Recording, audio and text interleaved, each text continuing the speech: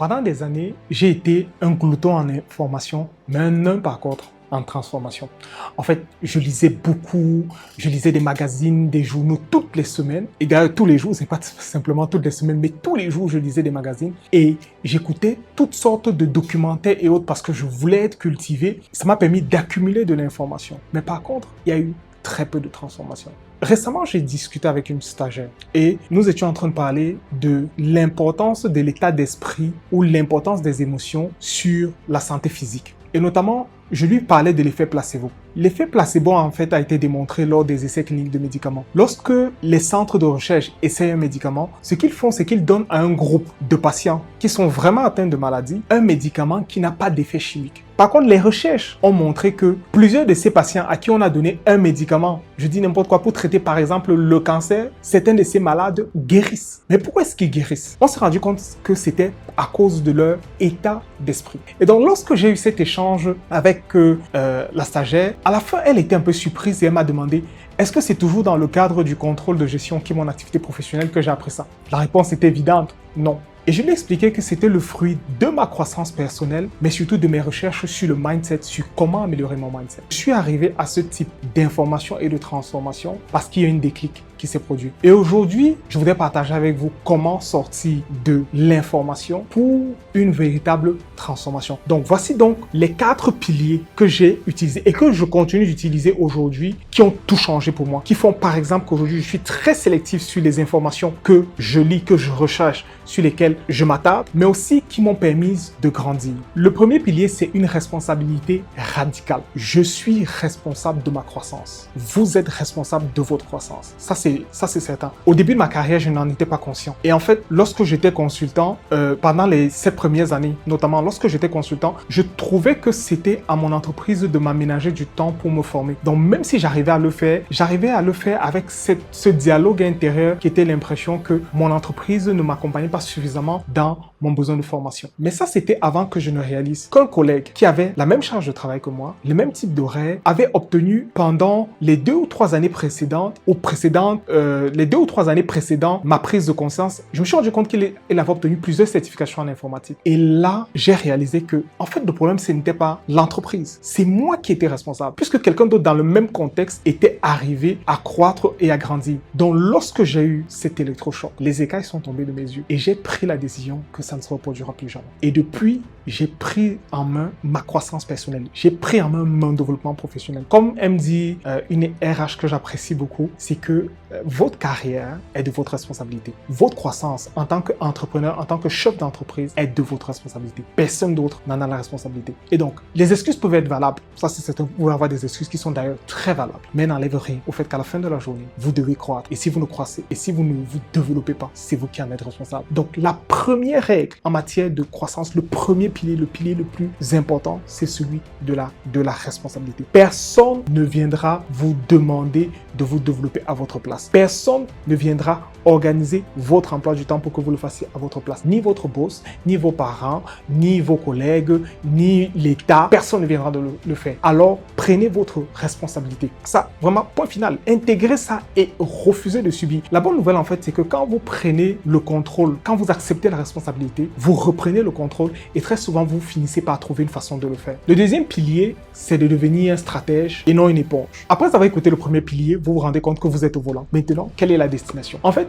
le contrôleur de gestion que je suis va vous dire, il faut faire un plan. C'est normal, c'est la moindre des choses. Il est important que vous ayez un plan de croissance personnelle. Ce plan va constituer votre GPS. Sans lui, en fait, vous allez aborder les informations, les livres, les formations au hasard, au bon gré la chance. Mais il n'y aura pas de canevas structuré pour vous accompagner dans votre développement. Pourquoi est-ce qu'un plan de croissance personnelle est important? D'autre part, parce qu'il vous permet de définir de façon intentionnelle le résultat que vous voulez obtenir. En faisant votre plan, l'une des choses que vous allez vous demander, c'est quelles sont les compétences que j'ai besoin de développer dans les 1 an, les 2, les 3, les 5 prochaines années, en fonction de vos objectifs de carrière, de vos objectifs de développement de votre entreprise, en fonction de vos envies, de votre vision de vie. Donc, votre plan de croissance personnelle vient accompagner votre développement. Me concernant, je vous le disais en début de vidéo, pendant longtemps, je disais, beaucoup. J'ai une bonne culture générale à cause de cela, mais simplement, je ne consacrais pas suffisamment du temps stratégique à ce qui était important, ce qui allait me faire croître. Aujourd'hui, c'est complètement différent. Je peux passer beaucoup de temps sur le même sujet simplement parce que je désire être transformé, je désire grandir. Prenons un exemple. En ce moment, j'étudie beaucoup la business analyse. Pourquoi? Parce que je veux comprendre comment est-ce qu'on transforme une entreprise. Ça fait des mois que je suis dessus. Je vais lire différents livres, je vais écouter différents auteurs, je vais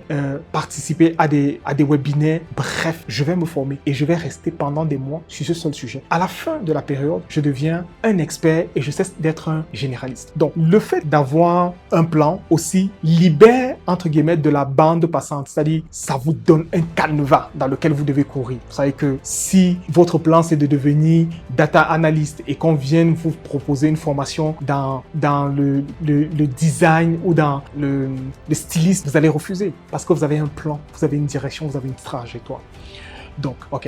Donc, décidez où vous voulez aller. Construisez votre plan sur la base de la trajectoire que vous voulez atteindre. Identifiez les formations que vous voulez suivre, mais surtout, concentrez 80% de votre énergie là-dessus pour obtenir les résultats et la transformation que vous voulez voir. Troisième pilier, c'est de privilégier la qualité à la quantité. Vous savez, dans le monde dans lequel on est aujourd'hui, on a tellement de choses à faire, le temps court tellement que notre temps, c'est la ressource la plus précieuse. Et si c'est le cas, chaque minute compte. Vous ne pouvez donc pas vous permettre de gaspiller votre temps avec du contenu médiocre. Il vous faut de la qualité. Il vous faut non seulement de la qualité, mais de la qualité adaptée à la compréhension que vous avez aujourd'hui du sujet sur lequel vous voulez vous développer. Si vous voulez vous développer dans le domaine de l'oratoire, vous devez avoir de la qualité qui correspond à votre niveau. Est-ce que vous êtes débutant? Est-ce que vous êtes un peu plus expérimenté? Ou alors est-ce que vous êtes expert? Quand vous êtes expert, vous ne recherchez plus la qualité de junior. Vous avez dépassé le niveau là. Ce n'est pas de l'orgueil. C'est simplement que vous voulez vous maintenir au niveau d'expert et continuer de grandir. Donc, exiger la qualité, c'est fondamental. Au lieu donc de regarder 10 vidéos médiocres sur un sujet, regardez les top 2 vidéos des experts reconnus sur la question. Au lieu de lire une dizaine de livres sur le sujet du leadership, mais commencez par lire les livres de 2 principaux auteurs là-dessus.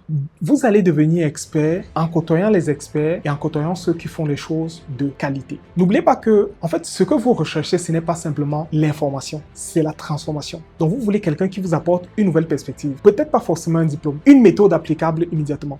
Donc, avant de consommer dorénavant du contenu, que ce soit un livre, une vidéo, une formation, un webinaire ou autre, posez-vous la question, est-ce que cela vous rapproche de votre objectif en termes de développement? Est-ce qu'il s'agit juste d'une distraction intellectuelle? Si la réponse n'est pas claire, fermez l'onglet, fermez le livre, fassez autre chose. Votre temps, il est capital et il est précieux. Quatrième pilier, c'est le pont de la pratique. Pour revenir à mon histoire concernant le fait que j'ai beaucoup accumulé de l'information, l'un des corollaires quand vous passez beaucoup de temps à lire, que vous consacrez beaucoup de votre temps disponible à lire, c'est que vous avez très peu de temps pour mettre en pratique. Et vous avez toujours, en fait, une excuse pour ne pas le faire. Et je me suis rendu compte, notamment, que je peux lire 10 livres sur un sujet. Tant que je n'essaye pas de me confronter à la pratique de la question, mes acquis ne sont pas solides, ils ne sont pas si. Tant que je n'essaye pas d'enseigner, de partager, tant que je n'essaie pas de mettre en pratique ce que j'apprends, mes acquis ne sont pas solides. Donc, j'ai réalisé, et je l'ai aussi vu et compris en lisant plusieurs auteurs, que la pratique est capitale. Ne vous contentez pas d'accumuler des informations. Mettez ces informations en pratique. La connaissance seule, en fait, elle est vaine. La seule chose qui compte pour vous aujourd'hui, c'est la transformation. Et dites-vous encore, vous n'avez pas le temps. Si vous n'avez pas le temps, ce qui est important, c'est la transformation que vous allez connaître. Et la transformation naît de l'action. L'action qui va consister à partager ce que vous avez appris, qui va consister à pratiquer sur ce que vous avez appris, qui va consister à challenger concrètement ce que vous avez appris. D'ailleurs, à ce propos, il y a un passage biblique qui, pour moi, est très inspirant sur le sujet. C'est « Heureux êtes-vous, vous qui savez ces choses, pourvu que vous les pratiquiez. » Pourvu que vous les pratiquiez. Vous n'êtes pas heureux ou alors vous êtes heureux parce que vous les connaissez. Mais le véritable bonheur est surtout de la pratique, si je puis paraphraser ce verset biblique. Donc, savoir sans faire, c'est un peu comme avoir une carte au trésor, voilà, et rester assis sur son canapé. C'est exactement ça. D'autre part, j'ai remarqué que les connaissances s'ancrent au-delà de la maîtrise du sujet. Les connaissances sont mieux ancrées en moi lorsque je pratique. Donc, l'expertise ne vient pas de l'écoute, elle vient de l'application. Alors, pour chaque livre que vous lisez, pour chaque vidéo que vous allez regarder, posez-vous la question, quelle est la première pierre que vous allez poser aujourd'hui ou que vous allez mettre en place dès demain? Ne passez pas au concept suivant. Je sais que c'est très tentant, mais ne passez pas au concept suivant sans avoir essayé d'appliquer le premier concept que vous venez d'apprendre. C'est en insistant, c'est en pratiquant, c'est en échouant et c'est en ajustant la connaissance que vous allez vous transformer en l'expert que vous voulez devenir. Pour nous résumer, vous savez que j'aime bien faire les résumés de mes vidéos à la fin. Donc, pour nous résumer, la croissance quand on manque de temps n'est pas simplement une question de discipline militaire, c'est aussi une question d'état d'esprit. Et je vous ai proposé 4 piliers. Le premier qui est de reprendre la responsabilité. C'est votre job de vous développer, personne d'autre ne le fera. Le deuxième, c'est d'avoir un plan. Vous devez être un stratège qui sait où il va et comment il va. Le troisième, c'est de viser la qualité. Parce que votre temps est une ressource exceptionnelle, mieux vaut ne pas vous consacrer à des ressources moyennes. Et le quatrième pilier, pratiquer, pratiquer, pratiquer, pratiquer encore. Le but pour vous, ce n'est pas de devenir une encyclopédie ambulante, c'est de devenir la meilleure version de vous-même. Pas la meilleure version de moi, pas la meilleure version de votre voisin ni de votre collègue, la meilleure version de vous-même. Et ça, c'est pas l'information, c'est la pratique qui le change. Maintenant, je voudrais vous entendre. Quelle est la plus grande difficulté, le plus gros challenge que vous avez en matière de votre croissance personnelle? Dites-le moi en commentaire, je vais vous répondre personnellement, ça je vous le promets. Et si l'approche que je viens de parler vous parle, n'hésitez pas de vous abonner, d'activer la cloche de notification, mais surtout, partagez autour de vous. Cette vidéo peut aider quelqu'un d'autre.